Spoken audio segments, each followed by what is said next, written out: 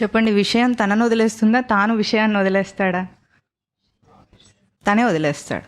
మనం ఏమనుకుంటాం, ఈ ఈ ఈ విషయం వచ్చింది, ఇప్పుడు ఎట్లా డీల్ చేయాలంటాడు. రాలేదు, అది నువ్వు పట్టుకున్నావు అని అర్థం. అక్కడ నువ్వు పట్టుకోకపోతే ఏది రాదు, నువ్వు వదిలేస్తే ఏది ఉండదు అక్కడ. ఆ మాట మనకు అర్థం కాదు. సంసారం కూడా అంతే. సంసారాన్ని మనం పట్టుకున్నామా, మనని సంసారం పట్టుకుందా? దీనికి చాలా ఒక పెద్ద జోక్ ఉంటుంది వేదాంతంలో. ఏమిటంటే, ఒక సన్యాసి దగ్గరికి ఒక వ్యక్తి వస్తాడు.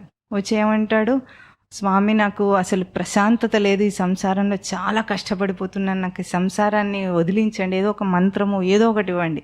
మన వాళ్ళకి ఎట్లా ఉంటుందంటే, పెద్దగా సాధన చేయకుండా ఓ మంత్రం ఇచ్చేస్తే ఆ మంత్రంతో నేను తరించిపోతే బాగుండు, ఇంకేం చేయకుండా అని ఉంటుంది.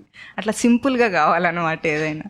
అట్లాంటిది ఏమైనా కావాలంటే, సరే రేపు మీ ఇంటికి వచ్చి ఇస్తానంటాడు ఆయన. ఆ సన్యాసి వాళ్ళ ఇంటికి వెళ్తాడు. వీళ్ళు ఏం చేస్తాడు, ఒక స్తంభం ఉంటే గట్టిగా కౌగిలించుకుంటాడు. కౌగిలించుకొని వదులు వదులు అంటుంటాడు.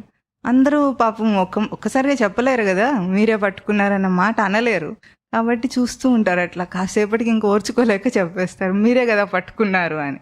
అప్పుడు ఏమంటాడు, ఓహో నేనే పట్టుకున్నానా, ఇప్పుడు ఏం చేయాలంటే వదిలేయండి అంటూ. చాలా సింపుల్గా ఉంది కదా. అంతే, సంసారం విషయం బాధ పెడుతుంది అని అంటుంటాడు మనిషి. జీవితం అంతా బాధలమయం అని. ఆ బాధలన్నీ నువ్వు పట్టుకున్నవే, అక్కడ లేవు అసలు.